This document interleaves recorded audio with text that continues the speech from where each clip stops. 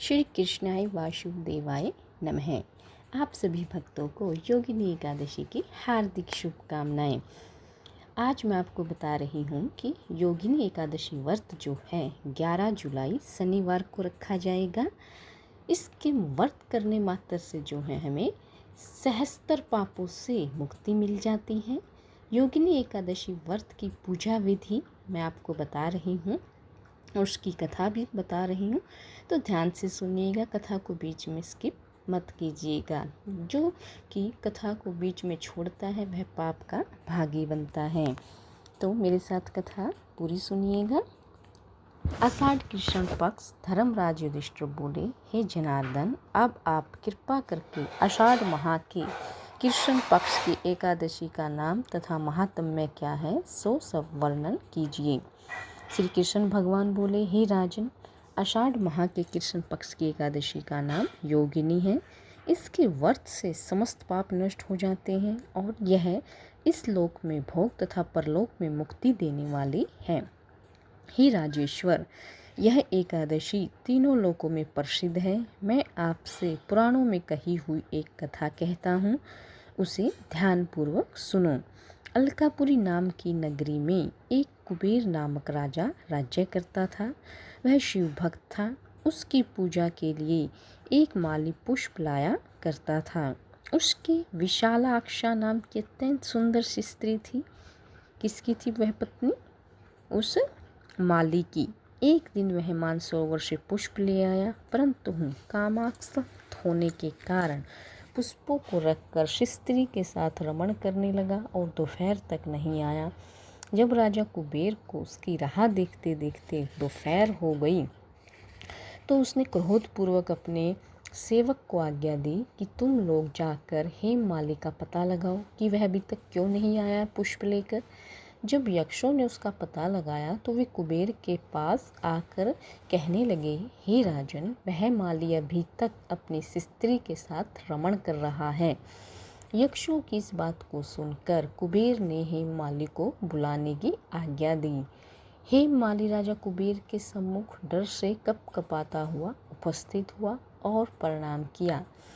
उसको देखकर राजा कुबेर को महान क्रोध आया। उसने कहा, हे पापी, महानीच कामी, तूने मेरे पूजनीय ईश्वर के भी ईश्वर शिवजी का भी अनादर किया है। इससे मैं तुझे शाप देता हूँ कि तू स्त्री का वियोग भोगेगा और मृत्यु में जाकर कोढ़ी होगा।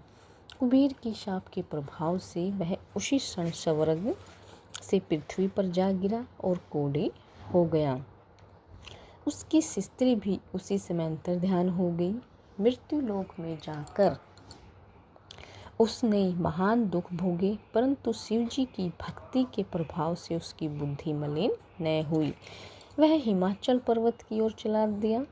वहाँ पर चलते चलते वह मार्कंडेय ऋषि के आश्रम में पहुँचा।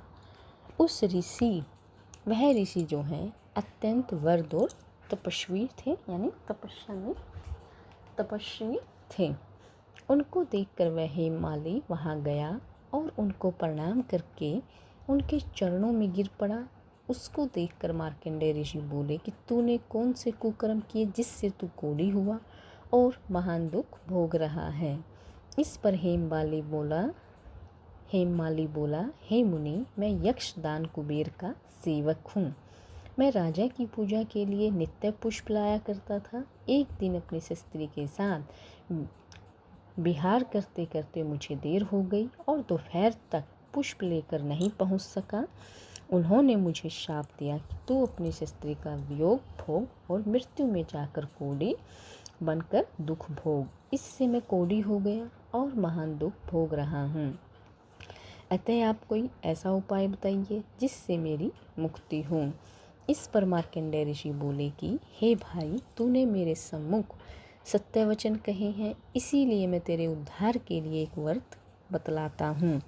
यदि तू आषाढ़ माह के कृष्ण पक्ष की योगिनी नामक एकादशी का विधि पूर्वक व्रत करेगा तो तेरे सभी पाप नष्ट हो जाएंगे। इस पर हेममाली बहुत प्रसन्न हुआ और उसने मुनि के वचनों के अनुसार योगिनी एकादशी का जो है विधि पूर्वक व्रत किया।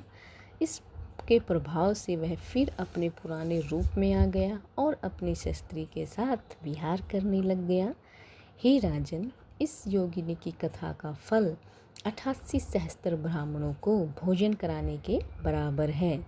इसके व्रत से समस्त पाप दूर हो जाते हैं और अंत में स्वर्ग मिलता है। व्यक्ति को पूजा आदि धर्म कार्यों में आलस्य या प्रमाद नहीं करना चाहिए, बल्कि अपने मन को जो है संयम में रखकर सदैव ईश्वर की सेवा में तत्पर रहना चाहिए। इस कलयुग में कोढ़ जैसे रोग से मुक्ति पाने के लिए मनुष्य को योगिनी एकादशी का व्रत श्रद्धापूर्वक करना चाहिए। जो व्यक्ति योगिनी एकादशी का व्रत श्रद्धापूर्वक करते हैं ना, उनकी सभी मनोकामनाएं पूर्ण होती हैं, सभी पाप नष्ट होते हैं और अंत में उसे जो है स्वर्ग की प्राप्ति होती है। तो प्रेम से मेरे साथ बोलिएगा, श्रीमन नारायण नारायण नारायण, भजमन नारायण नारायण नारायण, लक्ष्मी नारायण।